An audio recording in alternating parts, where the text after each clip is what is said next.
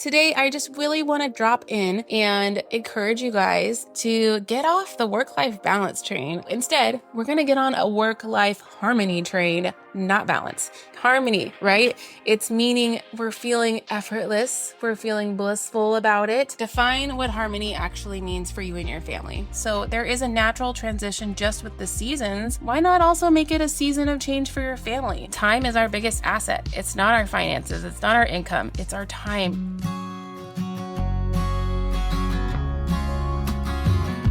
You know what time it is. It's time for another quickie episode.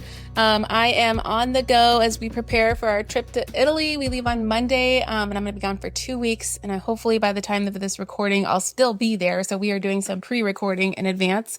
But today I just really want to drop in and encourage you guys to get off the work-life balance train. Like, if I haven't pounded that into you yet and you've been listening for a while, here's your reminder. And also your reminder to send this to a sister or a friend who's in that hustle mode still and feeling hurry all the time to get off the train. We don't need the train anymore. It's not going where we want it to take us. So instead, we're going to get on a work-life harmony train, not balance, as an entrepreneur and as a working mom. And the word harmony here is key. Harmony, right? It's meaning we're feeling effortless. We're feeling blissful about it. We're not necessarily feeling balanced because balance is equal. It's 50-50. It's exactly the same on both sides. And honestly, that's never going to happen as a mother. You're going to have seasons where it's mostly motherhood and a little bit of business. Like, let's be honest, those first 5 years with children are very, very heavy on the momming side. And they need us all the time. They need us to wipe their butts, take them to the pantry, because heaven forbid they can get the granola bar by themselves. I mean, you've been there, you know this. And then moving only finally until age 5 or 6 do we start to get a little bit of independence. So if you're working from home and your littles are home with you, or you're working from home and they're still going to school, but you're working from home, like I said, in the beginning, it's much more swayed on the mother side. It's not really swayed on the business side unless you're beginning a business or you're rebooting it or you're really intentional about growing it in that season. But most of us, we're probably in a season of maintenance. And correct me if I'm wrong. If you want to hear more advice about starting your business or trying to figure out that harmony when you are heavy on the business and you feel like your family is being rejected and neglected, we can talk about that too. Been there, done that. Hey ladies, real quick, if you are looking for a mentor, I just wanted to remind you that I offer mentorship to entrepreneurs. So if you're someone who has a never-ending to-do list and you're spiraling out of control and feel like your business doesn't have a track plan, I want to work with you every single week for a month at a time. It's super simple, but I come from over 10 years of experience doing this myself, and now I'm willing to give that information back to people. So I've mentored real estate agents, I've mentored wedding photographers, I've mentored other business owners, and they've come from a place of overwhelm mostly, and they really just needed clarity and a couple of action steps to move the needle, and we've seen gigantic leaps and bounds in their business, like I can't even tell you. So if you're interested and you want to know what that looks like, I want you to go to marinatolentino.com. And there's a Calendly link there to do a 15-minute discovery call with me just to see if we're a good vibe check, to make sure we're on the same page. And I would love to work with you one-on-one to really boost your business to the next level. Let's dive back in. So let's dive into what this actually means, right? Number one, define what harmony actually means for you and your family, right? So for you, does that mean feeling like you have margin in your time? Meaning you're not booked to back to back to back and you have no 5 minutes to yourself. You can't even breathe and you have to like hide in the bathroom. I've done that before. Guilty as charged. What does harmony mean? Does it mean that you're focusing more on your health? Or maybe you're taking vacations more frequently or little getaways, or you're actually consistently hitting that date night every single week or every other week. What does harmony look like for you in your life, right? Number two, you got to embrace the seasons. So we know life is not the same ever. It's always changing. If it's not changing week by week, it's definitely changing month by month, if not quarter by quarter. So identifying what season are you in and what flow do we want, right? If we're like right now, we're entering fall. So there is a natural transition just with the seasons. Why not also make it a season of change for your family? I love slowing down for fall, making more time to bake, maybe do a couple of crafts, just kind of swapping out some things that helps me feel more centered and more like grounded. I think fall's really good for grounding and just feeling like, oh, I can linger a little bit more. I'm not having to rush, right? So for example, I just purchased just 2 candles from Target that were very much seasonally focused. Like there's an apple cider one that's really good. And I've just been lighting it. And as I have friends over and stuff, everyone says it. They're like, oh my gosh, what is that smell? It smells so good. It smells like fall. And I call out the candle. I'm like, it's fall. So we're embracing it. And candles are a great way to just shift seasons too. But what does the ebb and flow look like for your life right now? And give yourself permission to really flex. And that knowing that every day is not the same, but in seasons, we can focus on a greater initiative for that season. Okay.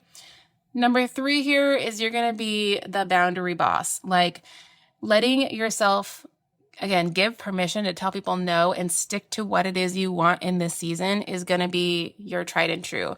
It's going to be your backbone when you're asked to do things outside of your comfort window or adding on extra things to your to-do list that you didn't have planned for the season. Stick to the boundary, right? That's going to be a big key player in being happy in your harmony.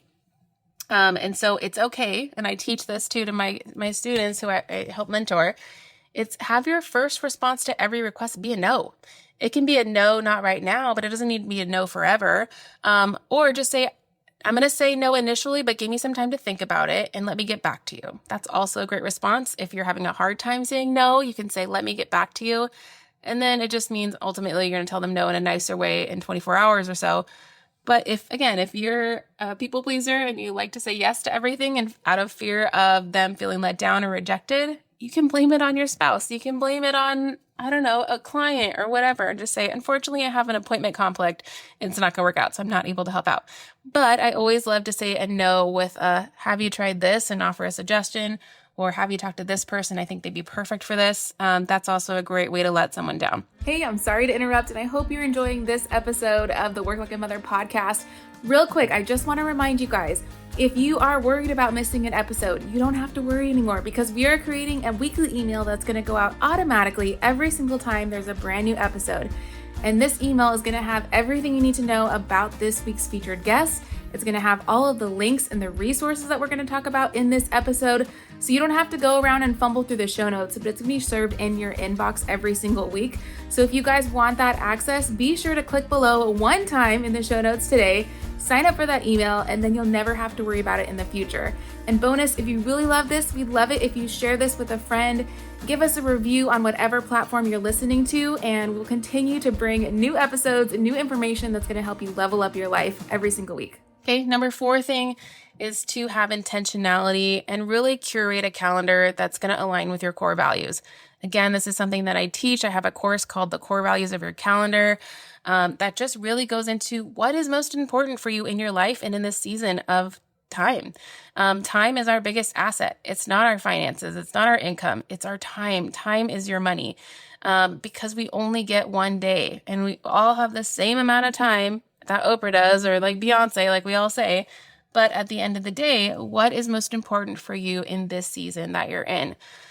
So we have the flexibility as entrepreneurs to really make that schedule look like whatever it is. So for me, for example, in this season, my harmony with my schedule is to not back-to-back book myself. In fact, I'm trying to hardly book myself, like maybe 5 meetings maximum a week, which means most of my days have nothing on them. If I can put them all into one day, that's ideal. So that means in the morning, we're lingering. I'm not actually waking up to an alarm most days. I'm waking up naturally when my body tells me to, which is around 6:30. I'm going to the gym 3 days a week, which has been great. And I get to listen to a podcast or music when I'm doing that, which is usually about an hour away from the house. I come home, I take my time, make my smoothie, give the kids breakfast. We're actually doing Bible time in the mornings right now, which has been super fun. And like my 9-year-old is really into it and asks me all the questions because if you didn't know, the Bible is like the most amazing story. And there's just so many crazy things that happen in there. Miracles, demons, angels, like the whole thing. Giants, we're breaking it down. So that's been really fun with him. Just he has so many questions. And then we kind of ebb and flow into homeschool. Like we usually knock it out before noon. I can check my phone occasionally, but my phone's not blowing up because I've already pre-chunked out my time blocks, So my mornings are really slow right now. I'm lighting the candle, I'm doing my devos, and it feels really great. This is awesome harmony for me. Then my afternoon, I'm defrosting some meat for dinner. Again, very much carefree. I'll usually chunk out a couple of hours of focus time when my preschooler is napping from 1 to 3. And I can get so much done in those 2 hours. And then by the time that dinner rolls around, I usually start cooking around 5 or 6, whip something up. And I love to make special presentations for my kids right now. So I'm really trying to be intentional with how I plate their food. And my 9-year-old is loving it when he has little like accoutrements and stuff like that.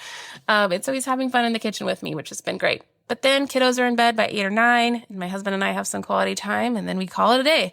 And that is what harmony looks like for me right now with a 4-year-old and a 9-year-old and running the business. Okay, last couple thing here is to just, number 5, give yourself grace, right? So we can be guilty of being addicted to chaos. Like, can I get a yes? I think we're all guilty of this, right? Especially if you have been in a season of hustle and hurry and achievement, and that has been your priority, achievement and career and numbers for the last decade, if not just the last year. Like, it is infectious. And it's something you have to be countercultural about, to like literally change your mindset and look the other direction when the internet is screaming at you to be a different kind of way. And it's something I had to learn through, and it's something I'm really passionate about now to encourage you guys to figure it out on your own and realize like the rat race that everyone else is playing is not a race that you want to be in, especially as mothers, especially with young children. So I just want to encourage you to give yourself permission, give yourself grace when you mess up, right? Shit's going to hit the fan, if I'm being honest, and you're going to have a horrible day sometimes. But then you might have a couple days where there are pockets of breathing and not hurry, and you actually have free time, and you're like, oh my gosh, wait, what? So for me right now, that means I get to play the piano. I don't get to do it consistently, but when I have those pockets, oh my gosh, 30 minutes on the keys, and I'm like a happy mama. Or I'm getting to bake the bread like I want, or try a new recipe. I love to be borrowing recipes from the library right now. It's been really fun to explore and try different things.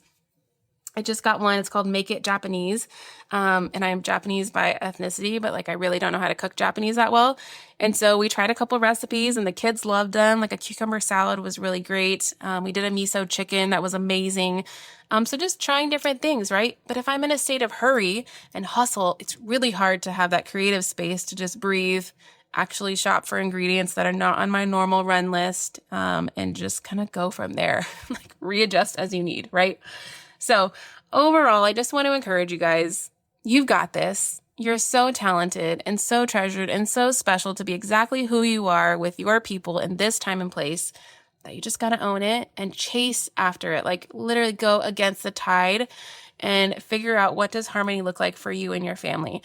So I will see you guys next week with another episode. I hope this helped. And I am really excited to just keep diving into this topic, because I think escaping the hurry is something that we know this podcast is about, but I don't preach on it enough. So we'll have more content coming for you. Bye.